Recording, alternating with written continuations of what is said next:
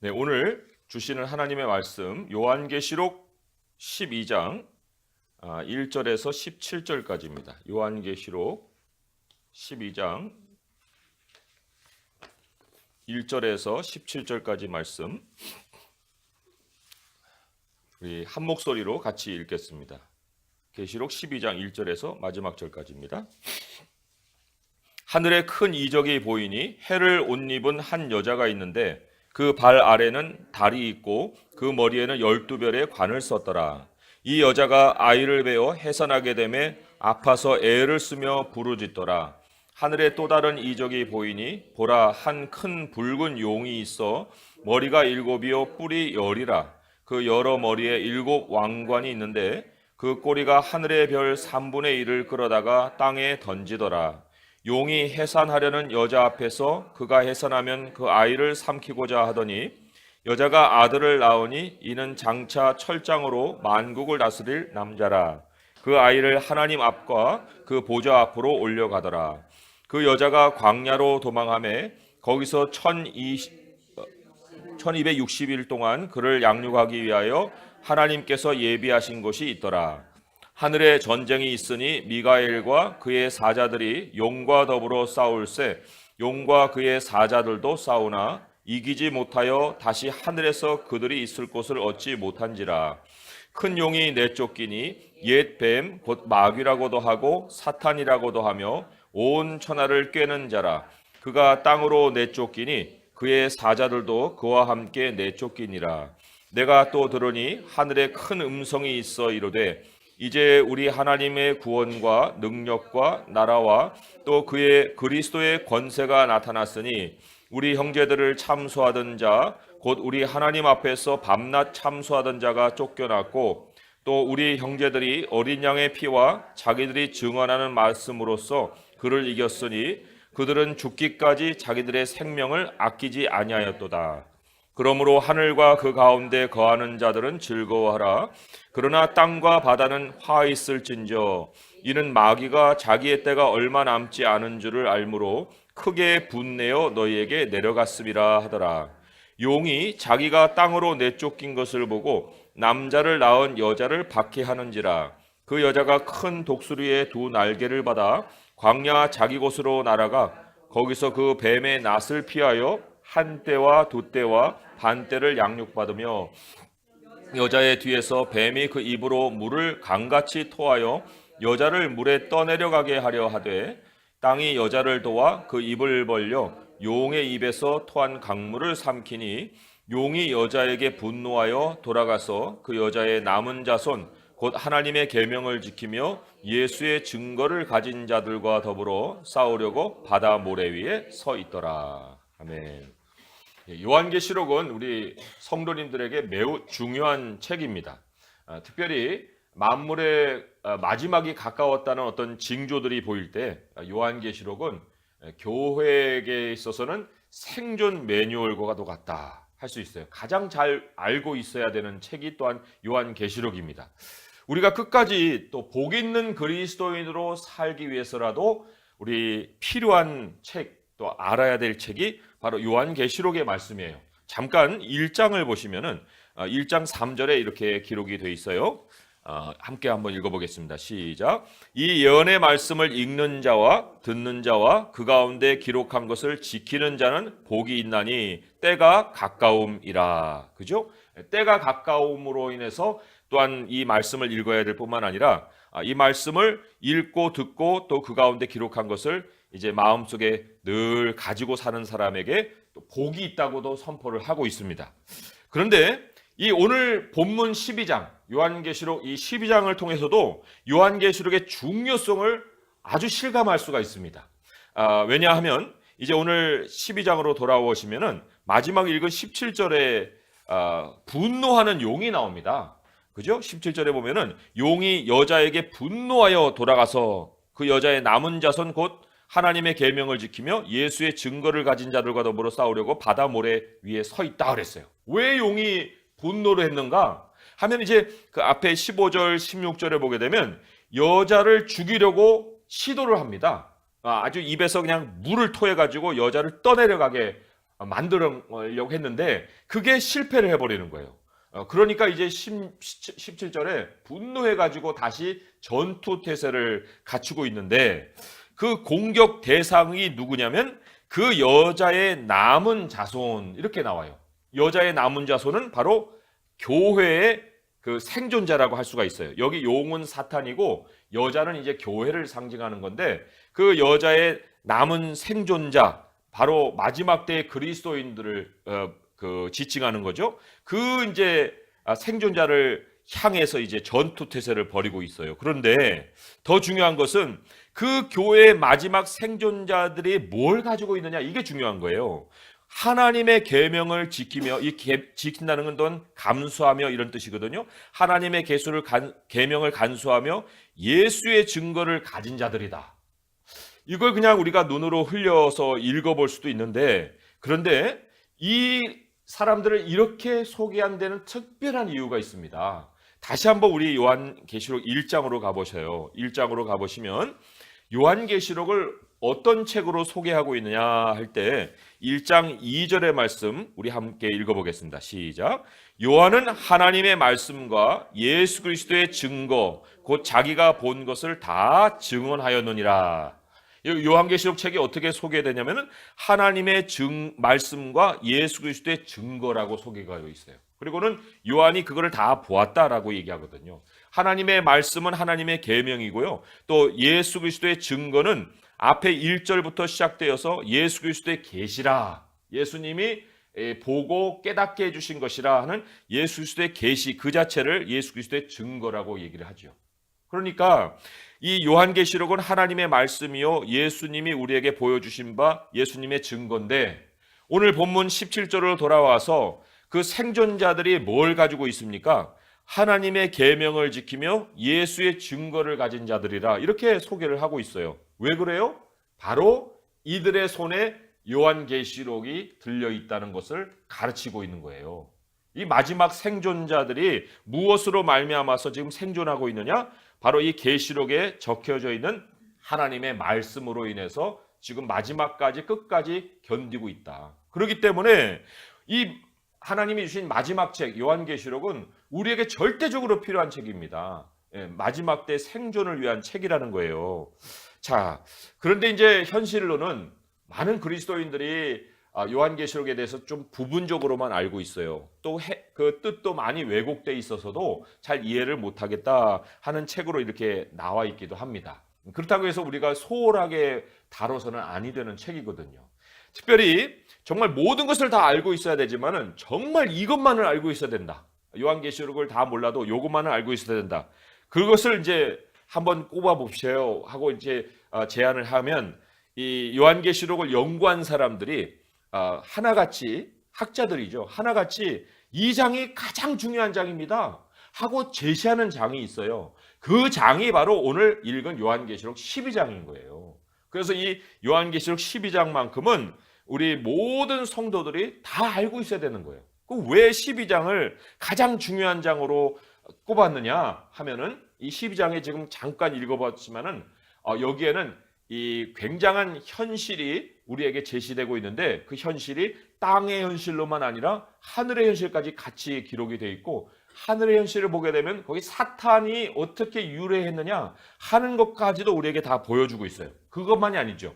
교회의 시작과 교회의 끝을 한꺼번에 다 보여주고 있는 장이 또한 요한계시록 12장일 뿐만 아니라 성도가 예수 그리스도 오실 때까지 어디에서 어떻게 살아가야 되느냐 그거를 아주 간략하게 또 명확하게 소개해주고 있는 책이 또한 이 요한계시록 12장의 말씀이에요. 그러니까 이제 한 가지 이제 볼 텐데 이 요한계시록 12장을 우리가 다른 어떤 요한계시록의 말씀보다도 먼저 깨달아서 여기로부터 이제 확장시켜 나가서 우리 요한계시록을 다 배우는 것이 너무나도 필요한 거예요.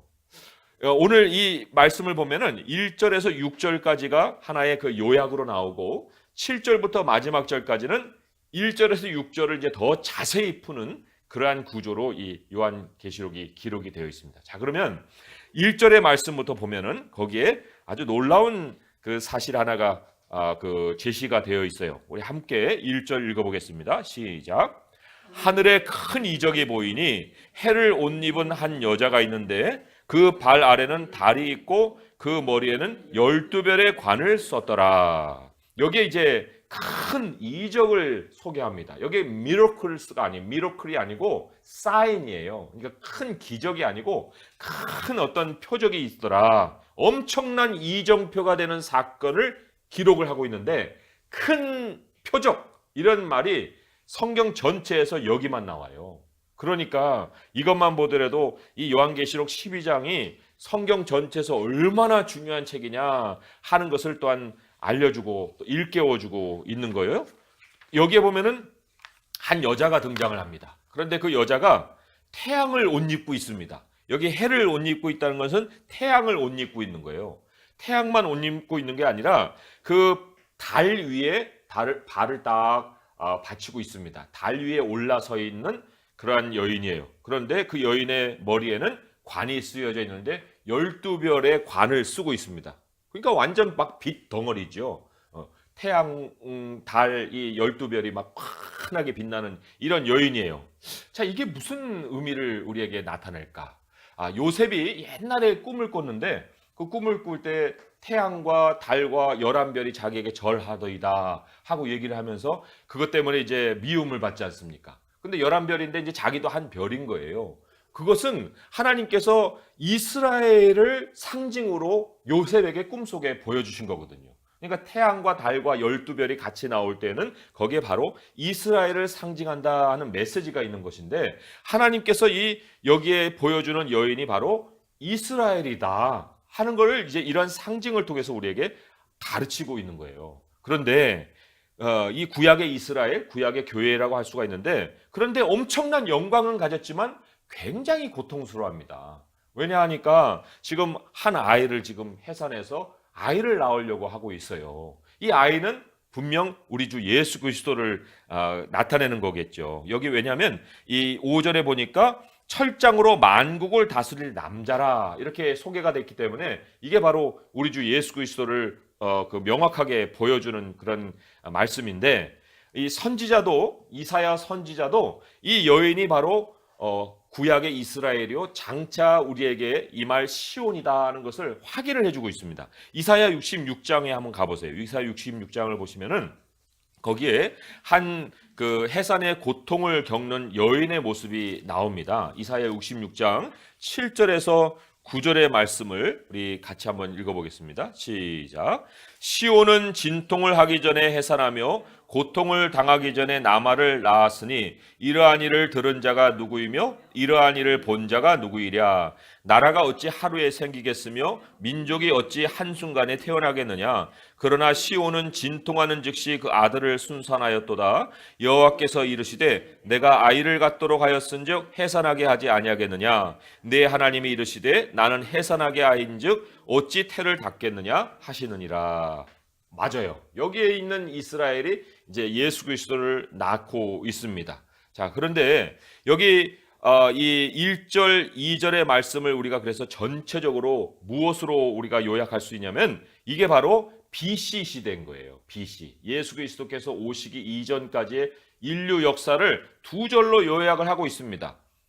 그리고 얼마나 스케일이 큰 구절인지 몰라요. 그러면서 이제 3절로 옮겨가는데 거기에 또 다른 이정표가 되는 사건이 나오죠. 3절에 하늘에 또 다른 이적이 보이니 이것도 이제 이정표가 되는 어떤 사건이 기록이 돼 있다.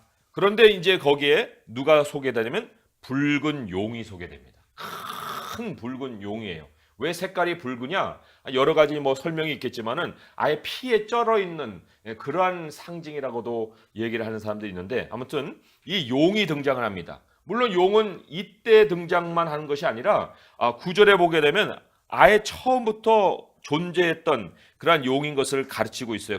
큰 용이 내쫓기니 옛뱀 곧 마귀라고도 하고 사탄이라고도 하고 온 천하를 꿰는 자예요. 그런데 이 용이 언제 등장하냐면 바로 이제 3절로 옮겨가는 고중에 등장을 하거든요. 3절부터 5절까지는 바로 예수 그리스도의 생애를 커버하는 그러한 기간을 얘기하는 거예요. 그럼 왜 여기에 큰 용이 드러날까? 왜 여기에서 비로소 큰 용이 소개가 될까?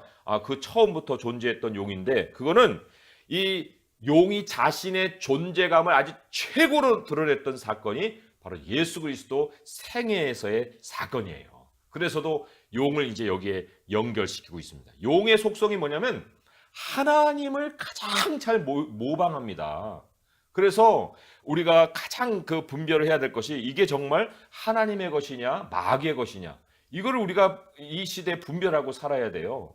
여기 용도 머리에 왕관을 쓰고 있습니다.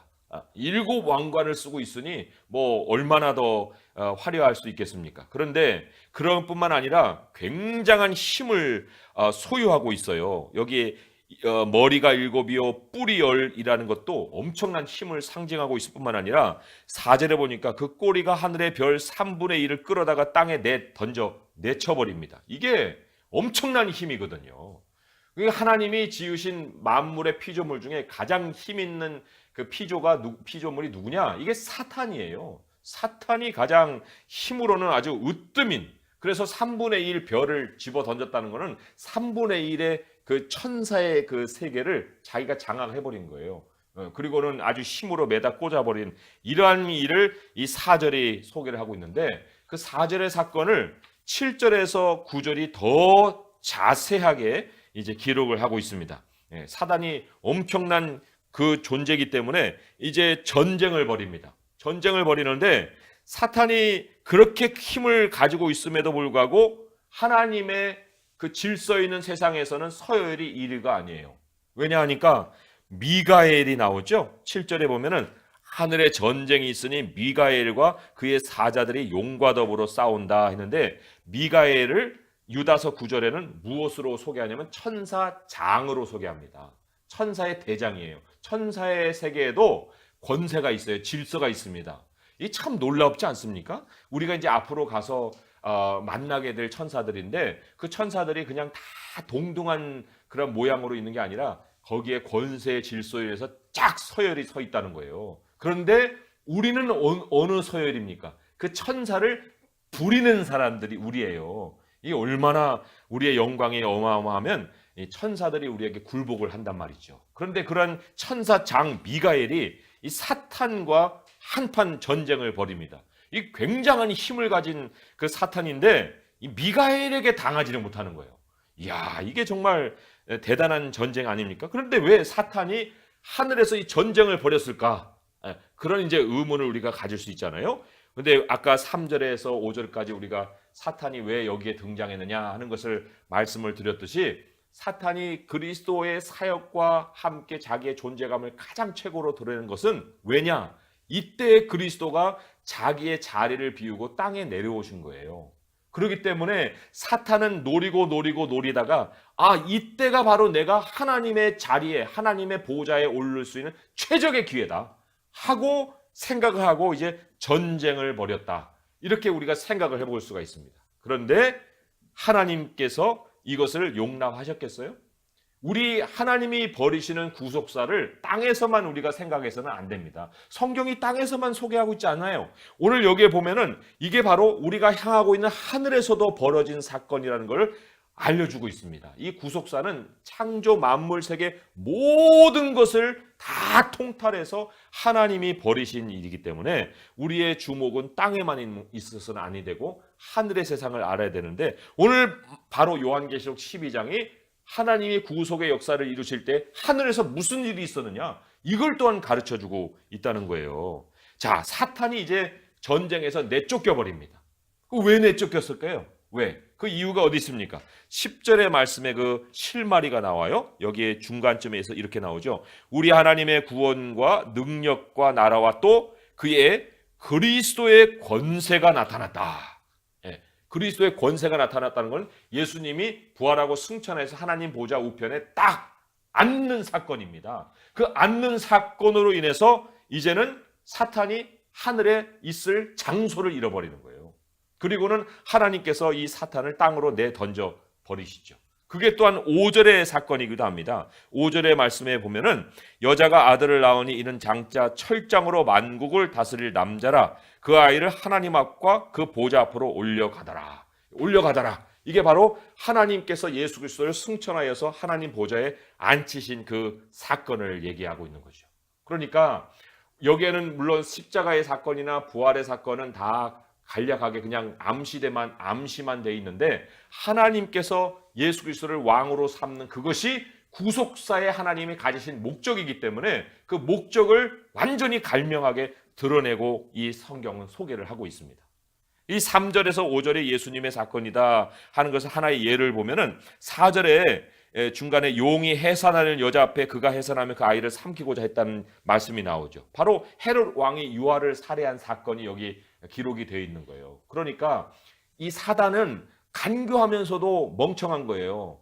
예수님이 보좌를 비우고 내려왔다. 그 아이를 잡아먹으면 끝이다 해서 그 아이를 계속 죽이려고 한 거거든요. 그래서 끝내 예수님을 십자가에 못 박아버렸잖아요. 그리고는 이제 승리를 불렀겠지만 예수님이 3일 만에 되살아나심으로 인해서 그의 모든 계획이 수포로 돌아가는 이런 사건, 이게 바로 하나님께서 가져오시는 구속사의 반전이지 않습니까?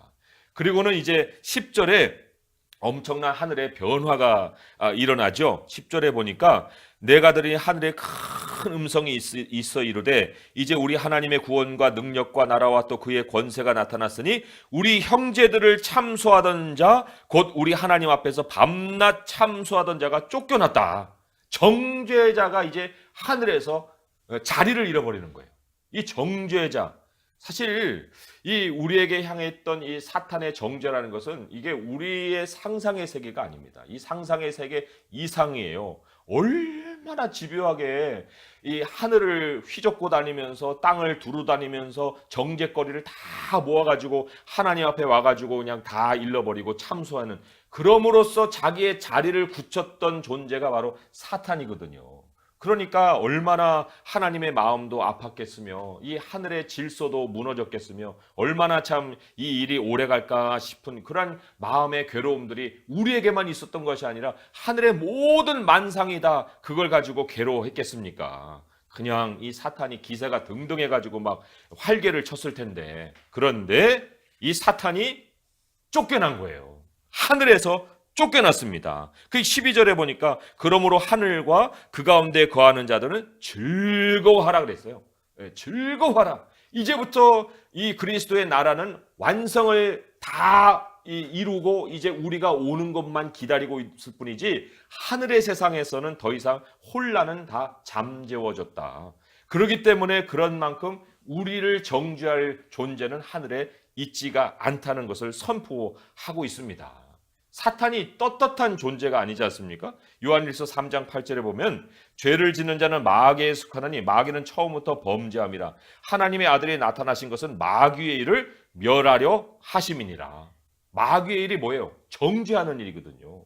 이 에덴에서 보면 거짓말로 꾀서 하와와 아담이 범죄하게 만드는 그런 존재 아닙니까? 그런데 그것을 참 하나님 앞에 계속해서 아담이 죄졌다, 하와가 죄졌다, 얘 지금 잘못했다 계속 참소하면서 자기 업을 가지고 자기 존재감을 나타냈는데, 하나님이 오래 참으시는 중에 예수님으로 말미암아서 그 모든 정죄를 받으시고 우리를 구속하셨기 때문에 이 사탄의 이제 정죄는 끝나버리고 그의 존재도 이제 땅으로 내쳐버리고 불못에 던져지는 일만 남은 거예요. 이게 이 모든 현실에서 우리에게 전해주시는 메시지입니다. 이제 우리만 하나님이 추수해서 걷어가면 되는 거거든요. 그런데 이제 그거를 사탄이 그냥 놔두질 않는 거예요. 우리가 하나님께로 나아가는 그 길을 마지막 추수를 이제 방해하는 것밖에는 이제 사탄은 남은 기회가 없는데, 그거를 이제 행하려고 지금 굉장한 분노 속에 교회를 향해서 이를 바닥바닥 지금 갈고 있다는 거예요. 참 분노의 대상을 쏟을 그런 사람을 찾고 다니고 있는데, 그런데 하나님께서 그런 사탄의 그 계계를 그냥 놔두시겠습니까? 우리에게 어떤 해결책을 주셨습니까? 그게 이제 6절의 말씀, 굉장히 12장에서 가장 중요한 말씀이 바로 6절의 말씀이에요. 6절의 말씀 함께 읽어보겠습니다. 시작. 그 여자가 광야로 도망하며 거기서 1260일 동안 그를 양육하기 위하여 하나님께서 예비하신 곳이 있더라. 이게 바로 이제 교회를 살리실 하나님의 해결책입니다. 그죠? 6절. 이게 이제 나중에 14절까지도 같이 반복이 되는데 이거를 우리가 일회적인 해결책으로 보면 안 됩니다. 여기에는 하나님이 예수 그리스도의 승천 이후로 예수님이 다시 올 때까지의 그 시기를 담고 있어요. 이 한 절이. 아까 2절은 구약의 모든 역사를 다 담고 있다고 했죠. 그런데 6절은 이 AD 시대, 아노 도미니, in the year of the Lord, 그 주님의 시대라는 뜻이 아노 도미니 AD 아닙니까? 그런데 그 AD 시대 전체를 한 절에 다 담아서 우리에게 요약을 해주고 있다는 거예요. 이 1260일이라는 기간이 바로 그 사실을 우리에게 설명을 해주고 있습니다. 1260일이라는 것은 음력으로 1년을 360으로 계산하자면 3년 반의 기간이에요. 3년 반. 그리고 달로 계산하자면 42달. 그게 이제 1260일인데 계속해서는 계속해서 이 42달, 3년 반, 한때, 두때, 반때 이런 식으로 이제 설명이 나오거든요. 잠깐만 보시면 11장 2절에 보면은 이런 말씀이 기록이 되어 있어요. 11장 2절에 함께 한번 읽어보겠습니다. 시작. 성전 바깥 마당은 측량하지 말고 그냥 두라.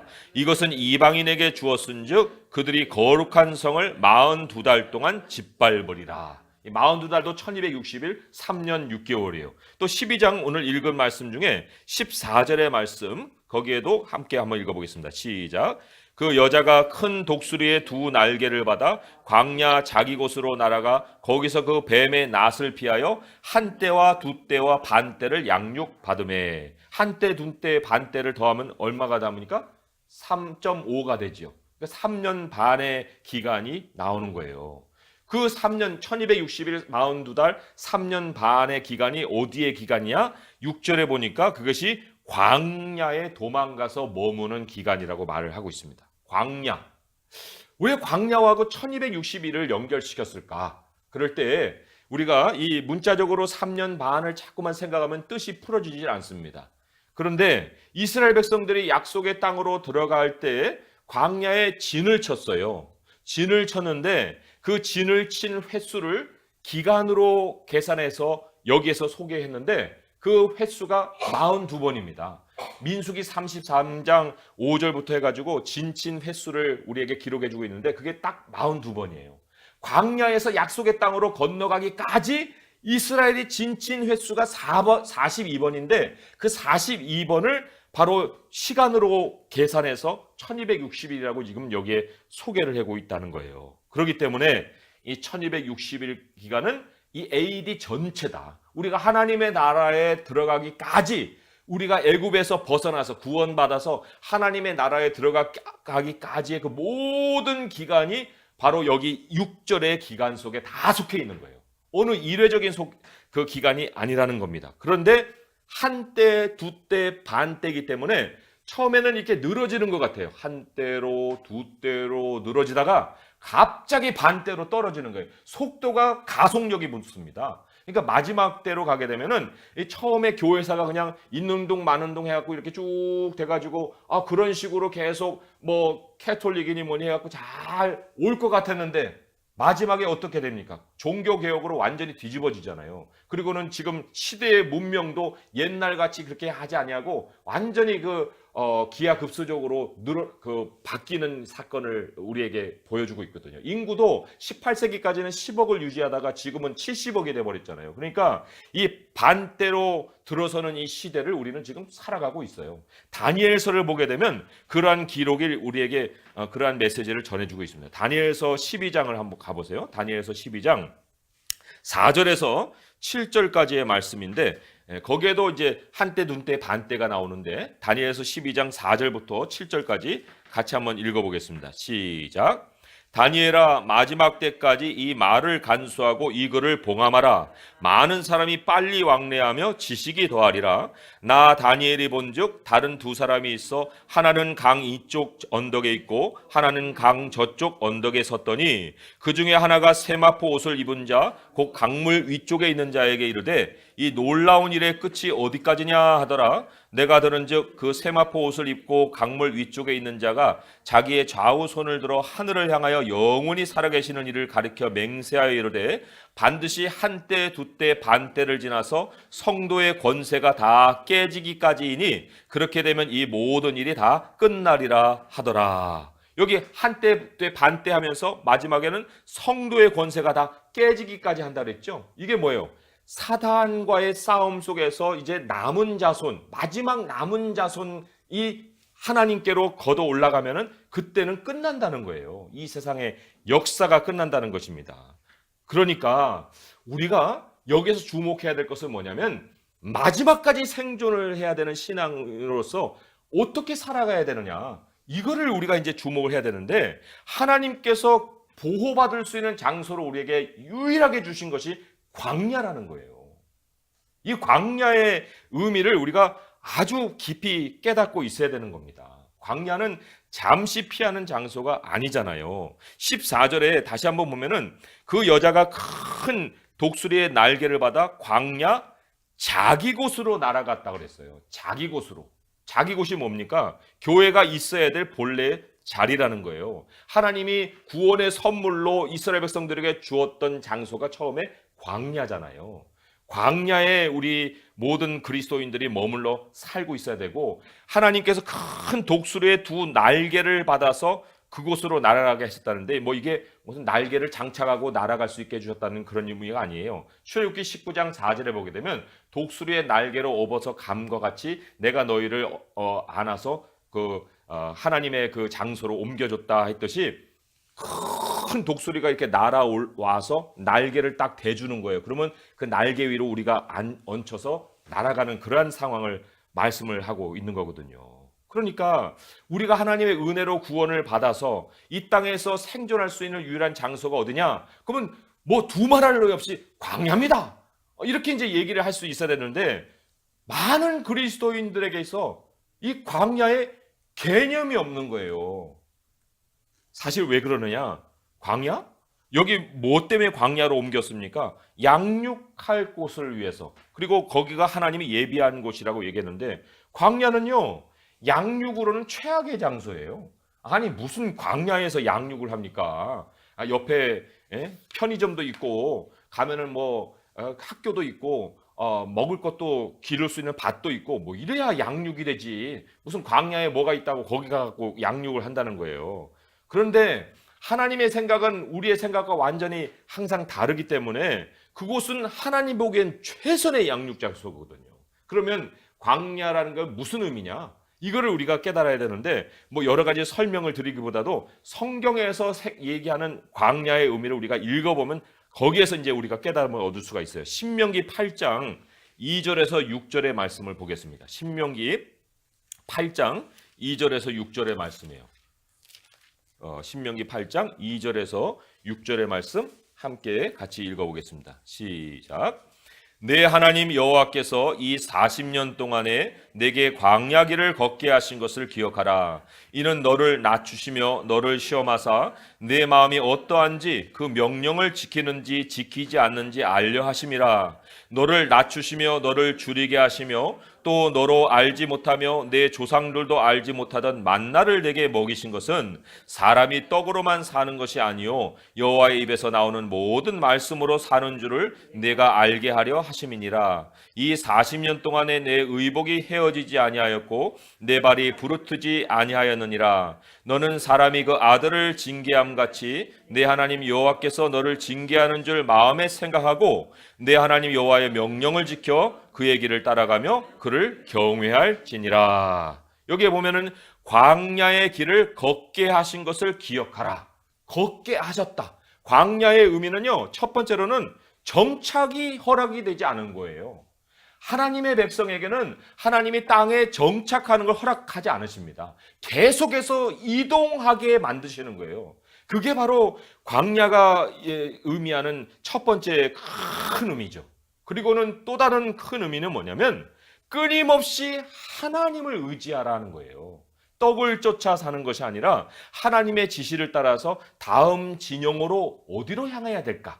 이거를 늘 우리 하나님을 의지하여서 한 걸음 한 걸음 나아가는 것이 광야다. 이렇게 얘기를 해주고 있습니다. 그러니까 이동하는 삶, 하나님을 철저히 의지하는 삶, 이 두 가지가 광야에서 우리에게 주시는 큰 메시지인데 이스라엘 백성들은 어떻습니까?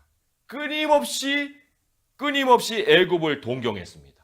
도시 문화로 돌아가고자 했습니다. 정착하고자 한 거예요. 우리를 왜 여기다가 끄집어내가지고 이 고생을 시키냐 하고 계속해서 불평을 불만을 토해냈거든요. 그런데 아까 사탄이 벌인 전쟁 보셨죠? 5절에서 아까 그 15절에서 16절에 보면은 사탄이 강물을 확 토했다고 했죠. 그런데 광야에 있는 여자를 삼키지 못했던 이유가 뭐예요? 16절에 땅이 여자를 도와서 그 입을 벌려 용의 입에서 토한 강물을 삼켜버렸다는 거예요. 광야에서 그 땅은 강물이 넘쳐올 수 없는 땅입니다. 사탄이 이 영향력을 미칠 수 없는 그 땅이 바로 광야라는 땅인 거예요. 계속 이동해 가면서 하나님을 전적으로 의지하는 그 사람에게 사탄이 토해낸 광물은 그 영향력이 도대체 미치지를 못한다는 거죠. 그런데 되돌아와서 그 해변에 있으면 어떻게 됩니까? 사탄이 어디에 지금 대기하고 있어요? 더불어 싸우려고 바다 모래 위에 서 있더라. 바다 모래 위에 홍해바다 건너편과 홍해바다 이편하고의 그 사이에 사탄이 딱 대기하고 있는데 광야에서 다시 애굽으로 돌아오는 사람들 강물에 다 사단의 밥이 돼버리는 거예요. 우리는 지금 도시 한복판에 살고 있죠. 한국 사람 중에 뭐 광야에 사는 사람 어디 있어요? 광야에 사는 사람 한 사람도 없습니다. 그런데 하나님은 우리에게 왜 광야에서 살라고 하고 하나님이 예비하신 것이 광야라고 자꾸만 얘기를 하는가 할 때 여기 분노하는 용이 무슨 뭐 늘 우리 눈앞에서 막 용의 모습을 드러냅니까? 그런 거 아니잖아요. 그런 게 아니듯이 우리가 살아야 될 광야라는 것도 뭐 황량한 들판을 찾아 나가서 거기다가 집 짓고 살라는 것이 아니거든요. 우리는 하나님이 보여주신 광야는 우리가 하나님의 본향을 향해 나가는 여정으로 생각을 해야 되는 거예요. 이 여정이에요. 이동하는 곳이잖아요. 그리고 42곳을 거치면 하나님의 본향이 우리 눈앞에 들어오는 그러한 끝이 보이는 여정인 것을 우리는 늘 기억하고 이 광야를 걸어 살아갈 수 있어야 됩니다. 우리의 문제가 뭔지 아십니까? 우리의 문제는 뭐냐면 하나님이 우리의 터를 광야로 옮겨주셨건만 우리는 하나님의 양육을 받아야 되는데 양육 방법은 광야 방식이 아니라 도시 방식을 선택한다는 거예요. 그래서도 우리의 마음은 늘 애굽에 머물러 있고 서울에 머물러 있는 거예요. 하나님의 나라의 본향으로 향해 있지 않는 거예요. 하나님의 양육을 우리가 늘 마음에 둔다? 그러면 하나님이 나를 먹이셔. 하나님이 나를 입히시지. 하나님은 나의 머물 곳과 떠날 것을 지시해 주신다. 하나님은 언제든지 항상 하나님의 입에서 나오는 말씀으로 나를 길러 가시지.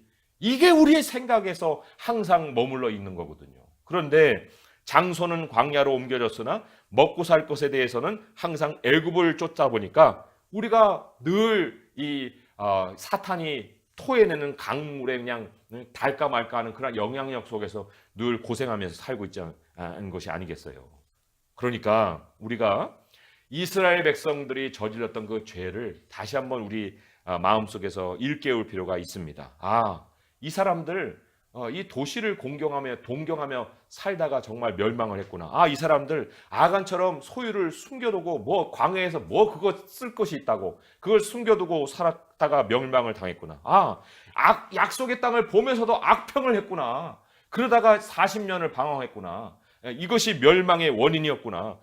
용이 기다리고 있는 장소로 자꾸 돌아가려고 하다가 거기서 멸망을 당했구나. 이거를 우리는 늘 광야를 걸으면서 생각을 해야 되는 거예요. 생각해 보세요. 광야를 걸어가면 걸어갈수록 용은 점점 시야에서 조그마해집니다. 왜요? 해변에 머물러 있는 거예요. 해변에 지금 서 있는 거잖아요. 홍해바다에 대기만 하고 있지 홍해를 못 건너오거든요. 그러면 우리가 하나님의 나라를 향해서 이동하면 이동할수록 용은 이따만해졌다가 점점 탁구공처럼 작아지는 거예요. 우리가 하나님의 나라를 향하면 향할수록 본향은 더 크게 들어오고 용은 더 조그매지는 것이 이 사실적인 어떤 그런 우리의 머릿속에 들어오는 그림 아니겠습니까? 그리고는 어느 날 아침 그 나라가 우리 눈앞에 펼쳐지는 거예요. 그 영광의 나라가 우리 눈앞에서 현실로 펼쳐지는 그날을 맞이하는 것입니다. 우리 그리스도인들은요, 살려고 발버둥 칠 이유가 없어요. 우리는 죽는 게 두렵지 않습니다. 오히려 죽는 것이 더 소망인 자들이 아닙니까? 우리 그렇잖아요.